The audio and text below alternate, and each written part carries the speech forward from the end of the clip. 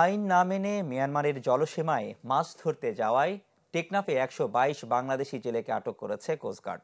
সকালে তাদের আটকের পাশাপাশি আটক করা হয় ১৯টি ফিশিং ট্রলার। কোস্টগার্ড বলছে, আন্তর্জাতিক জলসীমা লঙ্ঘন করে যাতে কেউ অন্য দেশের সীমানায় মাছ ধরতে না যায় সেজন্য অনেক দিন ধরে সতর্ক করা হচ্ছিল, কিন্তু অনেক জেলে তা না মানায় তারা আরাকান আর্মির অপহরণের শিকার হচ্ছে। তাই মিয়ানমারের সশস্ত্র সংগঠনটির হাতে পড়ার আগেই তাদের আটক করা হয়েছে।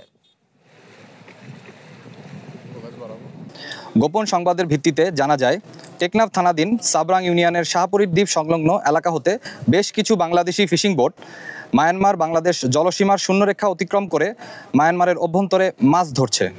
প্রাপ্ত তথ্যের ভিত্তিতে বিসিজি আউটপোস্ট শাহপুরী কর্তৃক আজ ২৯ আগস্ট ২০২৫ তারিখ শুক্রবার শাহপুরীর দ্বীপ সীমান্ত পিলার ৩ এলাকার আওতাধীন মায়ানমারের নাইখংদিয়া সংলগ্ন নাফ নদীর মোহনা হতে জালিয়াপাড়া পর্যন্ত মায়ানমার সীমান্ত এলাকায় একটি বিশেষ অভিযান পরিচালনা করা হয়।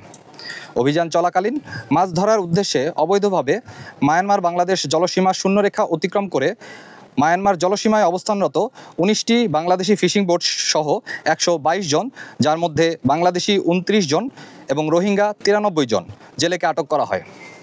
উল্লেখ্য যে, নিষেধাজ্ঞা থাকা সত্ত্বেও গত কয়েকদিন ধরে বাংলাদেশি ফিশিং বোট সমূহের মায়ানমার ও বাংলাদেশের শূন্যরেখা অতিক্রম করে মায়ানমারের অভ্যন্তরে প্রবেশ করে মাছ শিকারের প্রবণতা অতিরিক্ত পরিমাণে বৃদ্ধি পেয়েছে, যার ফলশ্রুতিতে আরাকান আর্মি প্রায় প্রতিদিনই বাংলাদেশি জেলেদের বোটকে আটক করে নিয়ে যাচ্ছে।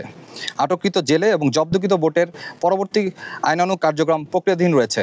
বাংলাদেশ কোস্টগার্ড জেলেদের নিরাপত্তায় এবং ভবিষ্যতে এ ধরনের অভিযান অব্যাহত রাখবে।